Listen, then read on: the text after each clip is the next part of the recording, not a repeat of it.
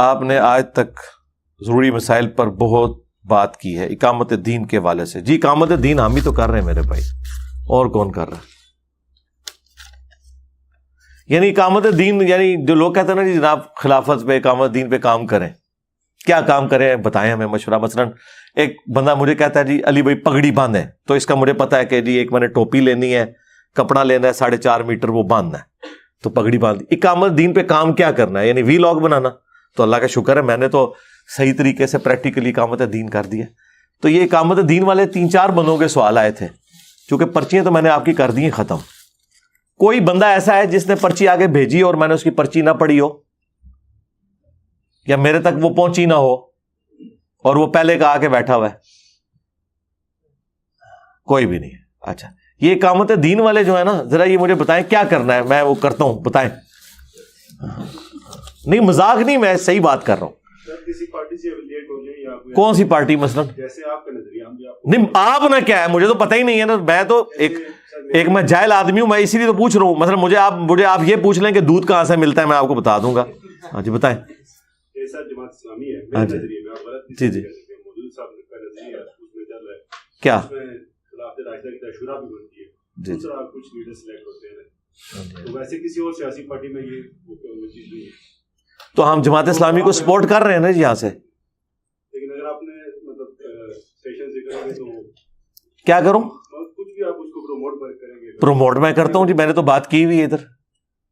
باقی اگر آپ کہیں جوائن کرنا تو میرے بھائی جماعت اسلامی تو ایک ہماری جماعتوں میں سے ایک جماعت ہے نا. ہمارے ساتھ تو نون لیگ والے بھی اٹیچ ہیں, پی ٹی اے والے بھی اٹیچ ہیں, ہم تو امت لیول کے کام کو دیکھ رہے ہیں نا. بہرحال جب سیاسی جماعت بنتی ہے تو پھر سیاسی اختلافات آ جاتے ہیں نا. دین تو اس سے اوپر اٹھنے کا نام ہے, ٹھیک ہے. اور معذرت کے ساتھ منور حسن صاحب سے پہلے جماعت اسلامی نے جو نیگیٹو رول پاکستان کی سیاست میں ادا کیا ہے, ہمیشہ ڈیموکریسی کو ڈی ریل کرنے کے لیے قاضی صاحب دھرنے لے کے وہاں پہنچ جاتے تھے. جو کچھ خان صاحب کر رہے ہیں نا 2014 سے تماشا لگایا ہوا ہے, یہ سارے کام پہلے قاضی صاحب سے لیے جاتے تھے. خان صاحب تو اب خلاف ہو گئے نا اسٹیبلشمنٹ کے, جب انہیں اتارا ہے. ادروائز خان صاحب نے وہی تماشا لگایا جو قاضی صاحب ہر حکومت میں بے نظیر کی اور نواز شریف کی لگاتے تھے 90s میں. اس وقت آپ تو چھوٹے چھوٹے ہوں گے, ہمیں تو ہوش تھی. تو جماعت اسلامی نے تو آ کے اب اپنا قبلہ درست کیا ہے. مودودی صاحب والا راستہ تو انہوں نے چھوڑ دیا ہوا ہے. تو میں کس طرح کسی جماعت کو اپنے کھاتے میں لے کے اپنی دنیا بھی برباد کروں اور آخرت بھی برباد کر بیٹھوں اور آپ لوگوں کی بھی برباد کر دوں؟ کس طرح میں کس کو آن کروں؟ آپ نے خود بات کی نا سٹارٹ سے, تو سٹارٹ نبی علیہ السلام نے جو لیا کافروں سے لیا, اور آپ علیہ السلام نے پہلے مکی دور میں دعوت توحید دی, انہیں پکا مسلمان بنایا. ایسا ہی ہے نا. ہم تو اسٹیج پہ پہنچے ہی نہیں نا ابھی. یہاں کہاں مسلمان ہیں جنہیں میں ایک جماعت کے اندر شامل کروں؟ مسلمان تو ہے ہی کوئی نہیں ہے. اسلام کی روح سے جو نماز نہیں پڑھتا وہ مسلمان ہی نہیں ہے. تو اسے پھر اقامت دین کی دعوت دی جائے گی یا نماز پڑھنے کی دعوت دی جائے گی؟ اسلام کی روح سے قبر سے مانگنے والا پاکستان کے شناختی کارڈ میں مسلمان ہے, کلمہ کو مشرک ہے, اسے توحید کی دعوت دی جائے گی یا اقامت دین کی؟ ہاں جی آپ کا اپنا دعویٰ ہے کہ جو اہل حدیث کا فرقہ ہے اس سے زیادہ میرے اسٹوڈنٹ کی تعداد ہے. جی جی آپ کا دعویٰ ہے. جی جی جی جی جی. سر آپ ان کو کیوں نہیں کہتے کہ اس میں کیوں کرو؟ کیا کریں؟ یہ تو آپ کو بہتر پتہ نا. ہاں مجھے بہتر پتہ ہے نا, تو میں وہ کر رہا ہوں نا. ہاں بس ٹھیک ہے, ہاں بس اچھی بات ہے, اچھی بات. مجھے بہتر پتہ ہے نا, میں وہی کر رہا ہوں. میں یہ کر رہا ہوں کہ 22 کروڑ کی عوام میں ہم آٹے میں نمک بھی نہیں ہے. 22 کروڑ کی عوام میں ہم آٹے میں نمک بھی نہیں ہے میرے بھائی. یہ ملک ہمارا ملک نہیں ہے, یہ بریلویوں کا ملک ہے. ہاں سیدھی سی بات ہے. اچھا جن لوگوں کی آپ مثالیں دے رہے ہیں انہوں نے پریکٹیکلی کیا چینج دنیا میں لا کے دکھائی ہے؟ یعنی مجھ سے پہلے آپ کہتے ہیں نا بڑے بڑے چیمپئن خلافت کے آئے ہیں نا, ان کی آؤٹ پٹ مجھے ذرا بتائیں. میں تو اپنی آؤٹ پٹ آپ کو بتا رہا ہوں, ان کی ذرا آؤٹ پٹ مجھے بتائیں. کیا آؤٹ پٹ ہے؟ آؤٹ پٹ بتائیں. ہاں نہیں دی. اچھا اس بھائی ادھر رک جائیں. جب انہوں نے آؤٹ پٹ نہیں دی نا, اس کا مطلب ہے کہ وہ آؤٹ پٹ نہیں دے سکے, تو اس پیٹرن پہ اب میں نے کام نہیں کرنا. کیونکہ یہ سائنس میں رول ہے کہ جتنی بار آپ ایک غلط چیز کو ریپیٹ کرتے ہیں ہر دفعہ رزلٹ وہی نکلتا ہے. آپ کو نیا رزلٹ, تو وہ نیا رزلٹ ہم نکال کے بتائیں. تو آپ بے فکر رہیں.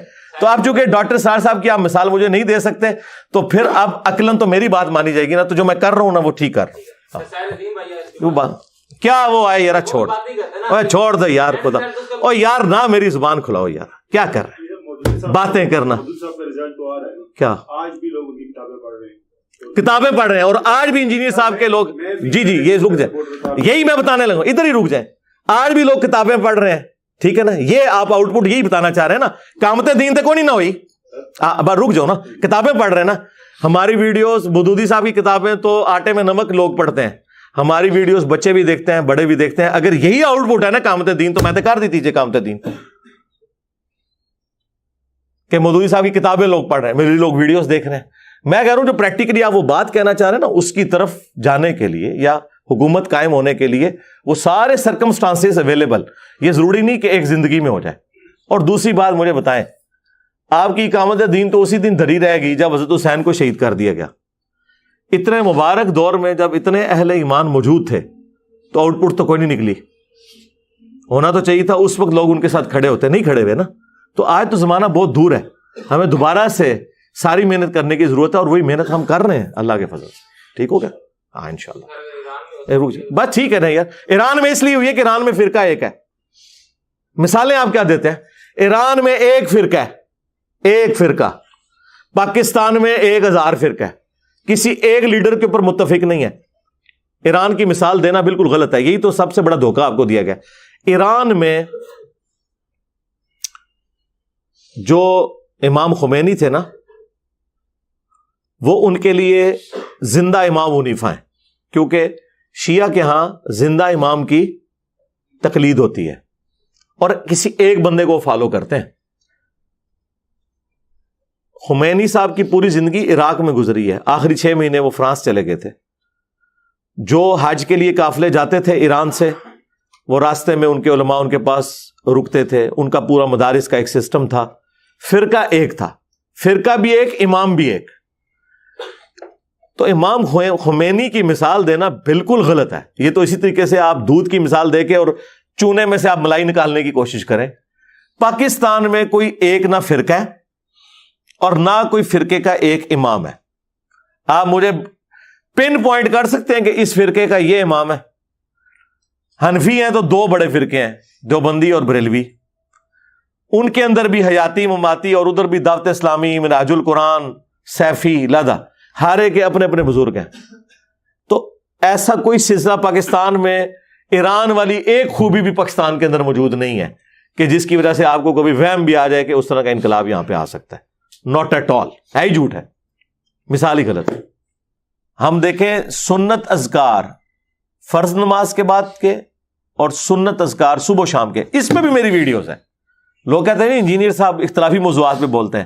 میں کہتا ہوں جی اسلام پہ کون سا ایسا موضوع ہے جو ایک عام بندے کی ضرورت ہے اور میں نے اس کے اوپر ویڈیوز نہ ریکارڈ کروائی ہوں. اب ہم یہ پوچھیں گے کہ ہمارے علاوہ جن لوگوں کو آپ کہہ رہے ہیں کہ یہ دین کی تبلیغ کر رہے ہیں, چلے میں نام بھی لے دیتا ہوں, مولانا طارق جمیل صاحب یا ثاقب رضا مصطفی صاحب یا مولانا الیاس قادری صاحب, ان کی کوئی ویڈیو مجھے دکھائے نا کہ فرض نماز کے بعد یہ سنت اذکار ہے, صبح شام کی یہ سنت دعائیں ہیں, کوئی ایک ویڈیو. تو یہ کیا کرتے رہے ہیں؟ ہمیں تو لوگ کہتے ہیں اختلافی موضوعات پہ بولتا ہے, میں تو ہر موضوع کے اوپر بولتا ہوں. البتہ چونکہ اختلافی موضوع ایک ایسا سینسٹیو ٹاپک ہے کہ جس کی دم پہ پاؤں آتا ہے نا, اس کے لیے بھی وہ تکلیف دہ ہے, اور جس نے دوسروں کی دمیں پاؤں کے نیچے دینی ہوتی ہے نا, اس کے لیے بھی بڑا انٹرسٹ والا ہے.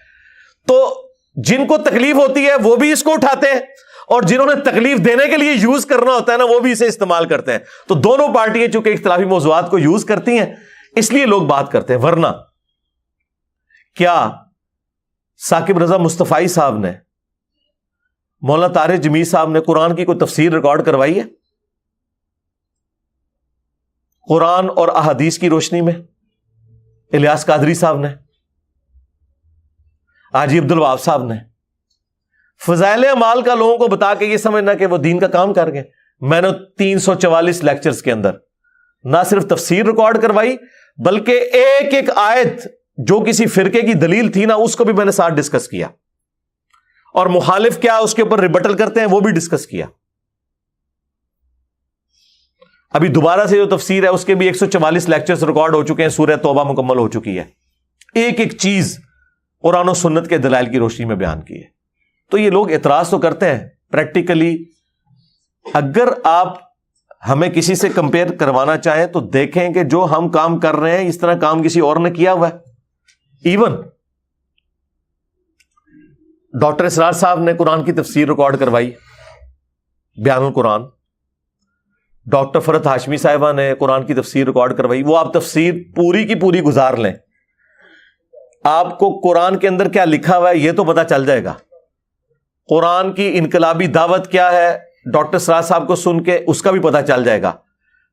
لیکن پہلا سوال جو آپ کے دماغ میں آئے گا وہ یہ ہے کہ یار اگر یہ قرآن اس طریقے سے بیان کر رہا ہے تو امت کیوں دوسرے راستے پہ چل رہی ہے؟ اس کا جواب آپ کو کسی کی تفسیر میں نہیں ملے گا، ہماری تفسیر میں ملے گا کہ امت کو مصیبت کیا پڑی ہوئی ہے. اگر قرآن میں لکھا ہے ایاک نعبد و ایاک نستعین تو امت بابوں کو کیوں پکار رہی ہے یہ آپ کو ڈاکٹر اسرار صاحب نہیں بتائیں گے، یہ آپ کو مودودی صاحب نہیں بتائیں گے، یہ ڈاکٹر فرحت ہاشمی بھی نہیں بتائیں گی، یہ انجینئر صاحب بتائیں گے. کھول کے دیکھ لیں، پوری قرآن کی تفسیر میں انہوں نے بتایا کہ جب قرآن میں واضح لکھا ہے کہ اللہ کو پکارو تو یہ امت میں شرک کیوں پھیل گیا؟ کون سی آیات ہیں جن کو مس یوز کیا ہے بابوں نے؟ ڈسکس تک نہیں کیا تو کیا خدمت ہوئی؟ امت تفسیر پڑھنے سے پہلے بھی مشرک، بعد میں مشرک، پہلے تو پڑھے گی نہیں. لیکن میرا ایک کلپ بندے کا دماغ جو وڑ کے نا وہ ساری گندگی کاٹ کے باہر چھوڑ دے. آپ پوری ان کی تفسیریں گزار دیں. جو لوگ چینج ہوئے بھی ہیں نا وہ ہیں جو بیچارے پہلی کلین سلیٹ تھے، ممی ڈیڈی لوگوں کو آپ نعمان علی خان سنائے، فرحت ہاشمی سنائے، ڈاکٹر اسرار سنائے، مودودی صاحب پڑھائے، ممی ڈیڈی لوگ ہیں. لیکن وہ ممی ڈیڈی ہیں، دنیا میں کوئی تبدیلی نہیں لا سکتے. ساڑھے ایک اسٹوڈنٹ نے پورے گران نت پائی ہے. ہاں، پورے شہر آگ لائی ہوئی ہے. ہاں، لوگ کہتے ہیں نہیں انجینئر صاحب کوئی اسٹوڈنٹ تیار کریں، کوئی امت پہ ہم نے امت ہی بدل کے رکھ دی ہے. یعنی اسٹوڈنٹ اور مدرسے اس لیے بنائے جاتے ہیں کہ نئی کھیپ تیار کی جائے جدھر پوری کی پوری امت کا قبلہ ہی چینج ہو جائے کہ 10 کتنے لکھے ہی ہوئے. ہاں، یہی کرنا تھا نا. آخر میں یہی رزلٹ ہے نا کہ آپ کے چھوٹے چھوٹے بچے کہیں کہ کہاں لکھا ہوا ہے یہ، تو وہ تو ہو گیا. یہ تبدیلی ہے. باقی سب لوگ باتیں کرتے ہیں، ہمارا پریکٹیکلی رزلٹ سامنے ہے. یہی آپ وجہ دیکھ رہے ہیں کہ آپ کو ڈاکٹر اسرار صاحب، ڈاکٹر فرحت ہاشمی صاحبہ یا باقی لوگ، ان کے بارے میں علماء کی اتنی غلیظ زبان، علماء کی کتابیں، علماء کی ارشادات نہیں ملیں گے جتنا میرے بارے میں. وہ کہتے ہیں دجال سے بڑا فتنہ ہے، اس لیے انہیں پتا چل گیا کہ ہاتھ ہی نہیں پایا سانو آ کے. ہاں، جب تک آپ بریلویوں کے ساتھ گستاخانہ جو عبارتیں ہیں دیوبند کی ان کے بارے میں ڈسکشن نہیں کریں گے، آپ ایک بریلوی کو نہیں چینج کر سکتے. بریلویت کا تو پورا عقیدہ اس کے اوپر کھڑا ہے کہ دیوبندیوں کے بزرگوں نے گستاخیاں کی ہیں، اتحاد امت نہیں ہو سکتا. میں نے آ کے جناب ان گستاخیوں کو ہائلائٹ کیا، نال بریلوی دی منجی ٹھوک دی تھی تو اڈے ابے بھی پڑھا کے گئے نے آنا تھے داڑھ تھلے ہوں. اس چیز نے بریلویوں کو چینج کیا. ڈاکٹر اسرار صاحب کی پوری زندگی کی ویڈیوز دکھا دیں، کوئی ایک بریلوی چینج کروا کے بتائے. جو لوگ یہ کہتے بھی نا ہم پہلے بریلوی تھے ڈاکٹر اسرار کو سن کے ہوئے، نہ سرکار، ہو ہی نہیں سکتا. وہ بس نام کے بریلوی تھے. کوئی کٹر ہو جسے اپنے فرقے کے دلائل پتا ہوں، وہ آج بھی میں آپ کو دعوے سے کہتا ہوں، یہ بات میں بہت بڑی کرنے لگا ہوں، آج بھی جو کٹر بریلوی ہیں ان کے سامنے نہ ڈاکٹر اسرار صاحب بیٹھ سکتے ہیں علمی دلائل میں، نہ ڈاکٹر فرحت ہاشمی بیٹھ سکتی ہیں. یہ میں آپ کو، کیونکہ ان بیچاروں کو پتہ ہی نہیں ہے، نہ ڈاکٹر ذاکر نائک بیٹھ سکتا ہے. وہ لا کے جب دلائل رکھیں گے ان بیچاروں کو پتہ ہی نہیں ہوگا اچھا اس میں سے یہ بھی نکلتا ہے، اچھا یہ والی حدیثیں بھی موجود ہے، منہ آٹ کے بیٹھ جان گے. اسی لیے آپ دیکھیں جب کبھی مناظرے ہوتے ہیں کتے کی کرتے ہیں بریلوی، اہل حدیثوں کی بھی دیوبندیوں کی بھی. کیوں کرتے ہیں؟ بودے گراؤنڈ کے اوپر کھڑے ہوئے. آپ مناظرے کا بھی دیکھیں، آپ کو لگے گا یار چھائے ہوئے نے. انیف قریشی نے کیا کیا ہے اس لال رومال والے کے بڑے بھائی کے ساتھ؟ پانی نہیں انہیں منگیا. اور دیکھیں نا مناظرہ، تو مناظرہ دیکھ لیں پھر تو اہل حدیث تو سب سے کمزور فرقہ ہے. لیکن ویسے آپ ان کے دعوے سنیں کہیں گے نہیں جی ہماری ہر بات قرآن حدیث کہتے مٹی، تو انہیں پتہ ہی نہیں گراؤنڈ ریئلٹیز کیا ہے. یہ چیز ہے. جب تک یہ چیز نہیں ہے، وی لاگز بنانے سے، خلافت کے اوپر، اسلامی نظام کے اوپر کتابیں لکھنے سے، ٹھیک ہے یہ علمی شہوت ہے، کودتی ہے، پوری کریں، بار بار کریں، اینڈ رزلٹ کچھ نہیں نکلنا. اینڈ رزلٹ تب ہے جب تک آپ امت کے وسوسے سیٹل نہیں کرتے. اور جو اس کو سیٹل کرتا ہے نا جی گالیاں کھاتا ہے. لوگ کہتے ہیں نا تبلیغی جماعت نے توحید پہ بڑا کام کیا ہے. مجھے تبلیغی جماعت کے کسی بڑے کی ایک ویڈیو دکھائے کہ اس نے کبھی ویڈیو میں کہا ہو کہ قبر والے بزرگ سے مانگنا شرک ہے, یا علی مدد کہنا شرک ہے, یا رسول اللہ مدد کہنا شرک ہے. ایک ویڈیو ٹائم قیامت تک انکلوڈنگ طارق جمیل صاحب کے. نہیں, وہ کہتے ہیں اللہ سے ہوتا ہے. تو بریلوی کیا کہتے ہیں کہ وہ بابوں سے ہوتا ہے, وہ بھی کہتے ہیں اللہ سے ہوتا ہے. مسئلہ وہیں خراب ہوگا جب آپ کہیں گے کہ اللہ سے ہوتا ہے اور آپ عبد القادر جیلانی کو مدد کے لیے نہیں پکار سکتے. یہ شرک ہے, اور کوئی بابا اپنا پیشاب بھی نہیں روک سکتا. سرکار یہ بات کرتے ہوئے اس مولوی کا اپنا پیشاب نکل جائے ڈر سے, تو کیا اسلام کی خدمت ہے؟ اس کا مطلب ہے کہ ہمارے علماء وہ توحید بیان کر رہے ہیں جو حضرت نوح علیہ السلام نے نہیں کی تھی, کیونکہ نوح علیہ السلام نے جب توحید بیان کی ہے تو 80 بندے قبول کرنے والے تھے. رائے ونڈ میں 20 لاکھ بندہ اکٹھا ہو جاتا ہے. سیدھی سی بات ہے. اس کی وجہ یہ ہے کہ یہ توحید جو کڑوی توحید ہے. باقی اگر آپ یہ ہمارے اس دعوت کے پلیٹ فارم کا اتنا بڑا والیوم دیکھ رہے ہیں تو میں تو اسے کرامت سے ہی تعبیر کرتا ہوں. مجھے تو خود میری آنکھوں کو یقین نہیں آتا کہ آج کے اس دور میں اتنی سخت باتیں سن کے ایک پڑھا لکھا طبقہ اس بات کو قبول کر لے, جبکہ لوگ ایک دوسرے کے خلاف بات سننے کے روادار نہیں ہیں. وہ جی چپ کر کے جی اپنا نماز روزہ کرو جی. اس کے اندر آ کے بقول جنید سلیم صاحب کے کہ ایک بندے نے, لوگ تو صرف پتھر آ کے پھینکتے تھے پانی میں, انجینئر صاحب نے پہاڑ لے آ کے سوٹ دیتا ہے. وہ پانی خشک ہو گیا بزرگاں دا. پہلے تو لوگ وٹا سٹتے سن نا, تو ارتاش ہوندی سی, تھوڑی شور ہویا, پھر اسی وٹا نہیں سٹیا, لیا کے پہاڑ وڈا سٹ دیتا ہے. وہ فرقے کا جڑا پانی سی وہ خشک ہو گیا اتوں, پتا جیسے پہاڑ آ کے ڈگے پانی خشک ہو جاتا ہے, نیا جزیرہ نمودار ہو جاتا ہے. تو یہ تو اس امت کی قسمت میں لکھا ہوا تھا کہ نشت ثانیہ ہونی ہے. میں آپ کو کلیئر کٹ بتا رہا ہوں, اگر نبی علیہ السلام کی پیش گوئی نہ ہوتی کہ قرب قیامت سے پہلے دین دوبارہ غالب ہوگا, تو مجھے کوئی امید نہیں تھی کہ ہماری اس طرح کی دعوت کی کوئی آؤٹ پٹ نکلنی ہے, کیونکہ اس طرح کی باتیں کوئی نہیں سنتا جی. سیدھی سی بات ہے, ہر بندے کو اپنے فرقے سے, اپنے بابے سے محبت ہوتی ہے, اور ایک بندہ آ کے سارے بابے ذبح کرتا جائے, کتے کی موت مارتا جائے ایک ایک کو پکڑ کے, اور لوگ اس کی بات نیگیٹیولی سنیں بھی, اور پھر کہیں یہ بندہ ٹھیک بات کر رہا ہے, ساڑھے بابے غلط سن. یہ آپ اگر ایک لمحے کے لیے کبھی بیٹھ کے کمرے میں سوچیں تو یہ امپاسبل کام تھا. مجھے بھی نہیں پتا یہ کیسے ہو گیا.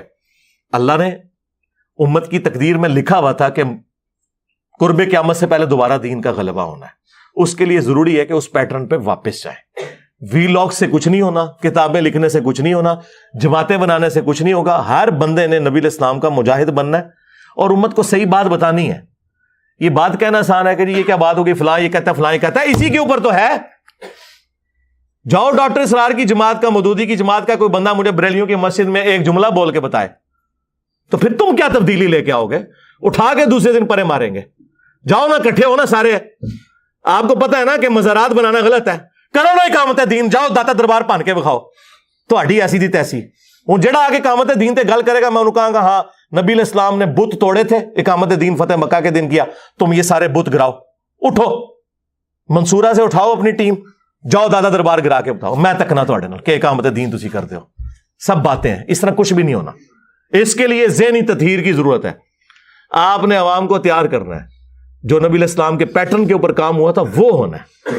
یہ لوگ کہتے ہیں مکی دور, میں کہتا ہوں مکی دور بہت اچھا تھا اس دور سے. کم از کم کافر اور مسلمان تو کلیئر تھے. ادھر جو سب سے بڑا گمراہ ہے نا, وہ سب سے بڑا عاشق رسول ہے, اور جو صحیح قرآن و حدیث کی بات کرتا ہے وہ گستاخ رسول ہے. کیا حضور کے زمانے میں یہ تھا کہ لوگ ابو جہل کو عاشق رسول مانتے تھے اور ابو بکر صدیق کو گستاخ رسول مانتے تھے؟ آج ایسا ہی ہے کہ جو قرآن حدیث کی بات کرتا ہے وہ گستاخ رسول ہے, اور جو شرک کی بات کرتا ہے وہ عاشق رسول ہے کہ نہیں؟ تو مجھے بتائیں کہ یہ دور اس اعتبار سے, ویسے کئی اعتبار سے یہ دور بہت بہتر ہے, پچھلے 1000 سال سے بہتر ہے, لیکن اس اعتبار سے کتنا بڑا المی ہے کہ قبروں کے پجاری, قبروں سے مانگنے والے, مردوں کو پکارنے والے, قرآن و سنت کا مذاق اڑانے والے, بخاری مسلم کے اپوزٹ نماز پڑھنے والے, ٹھیک ہے, شرکی عقائد رکھنے والے, بدعت پہ چلنے والے لوگ دین کے امام ہیں, اور جو بیچ میں آگے دین کی بات کرتا ہے کہتے ہیں وڑ دو انہوں گستاخ رسول نجدی, یہ شکل ہی منحوس ہے. اس ماحول کے اندر اقامت دین یہ ہے کہ جو عاشقان رسول ہیں ان کو بتائیں کہ آپ کو عشق کے نام کے اوپر دھوکہ دیا گیا ہے, اور ان کو آپ مسلمان کریں, اور جب وہ مسلمان ہوں گے انشاءاللہ خود بخود یہ سارے کے سارے معاملات سیٹل ہوتے جائیں گے اور پریکٹیکلی ہو رہے ہیں. میں آپ کو بتاؤں کئی ہمارے اسٹوڈنٹ ریورٹ ہوئے ہیں. اگر وہ کسی مسجد کے متولی تھے, انہوں نے اپنی مسجد کے اندر وہ سسٹم رائج کر دیا میرے کہے بغیر ہی. انہوں نے کہا بھی کل سے امام صاحب نماز رفع الیدین سے پڑھائیں گے, سختوں کے ساتھ پڑھائیں گے, ادروائز چھٹی کریں. تو میں نے تو نہیں کسی کو کہا کہ ایسا کریں. ہاں ہمیں بعد میں آگے وہ بتاتے ہیں کہ جی ہم نے تو اپنی مسجد کے اندر یہ سارا کام کر دیا. یہ ہے تبدیلی. یہ کوئی کروا کے بتائے. اس طرح ممی ڈیڈی قسم کی جو وی لاگز, ممی ڈیڈی قسم کی تنظیمیں, ممی ڈیڈی قسم کی گفتگو کرنا, یہ گفتگو کرنے سے اگر اقامت دین ہوتی ہے نا تو گفتگو کرنے والے آئے, دنیا سے چلے گئے, دنیا ادھر کی ادھر ہی کھڑی ہے. آج دنیا نے کون سا اتنا بڑا فتنہ دیکھ لیا ہے کہ دنیا کی کوئی مسجد نہیں جہاں آگ نہ لگی ہوئی ہو. مجھے بتائیں, جائیں کسی بھی مسجد میں چلے جائیں دنیا کی اور جا کے میرا نام لے دیں, 4-5 گالیاں دینے والے آپ کو مل جائیں گے, 2-4 اسٹوڈنٹ مل جائیں گے. پہلے تو ایسا نہیں ہوتا تھا. کیا ہو گیا؟ دنیا میں تبدیلی آئی ہے. تو یہ آپ انشاءاللہ تبدیلی دیکھیں گے. اللہم انی اسألک بانک انت اللہ لا الہ الا انت الاحد الصمد الذی لم یلد ولم یولد ولم یکن له کفوا احد والہکم الہ واحد لا الہ الا هو الرحمن الرحیم. الف لام میم اللہ لا الہ الا هو الحی القیوم. اللہم صلی علی محمد وعلی آل محمد. اللہم ربنا آتنا فی الدنیا حسنہ وفی الآخرۃ حسنۃ وقنا عذاب النار. ربنا آتنا من لدنک رحمہ وہیئ لنا من امرنا رشدا. رب ارحمہما کما ربیانی صغیرا. اللہم اغفر لحینا ومیتنا وشاہدنا وغائبنا وصغیرنا وکبیرنا وذکرنا وانثانا. اللہم من احییتہ منا فاحیہ علی الاسلام ومن توفیتہ منا فتوفہ علی الایمان.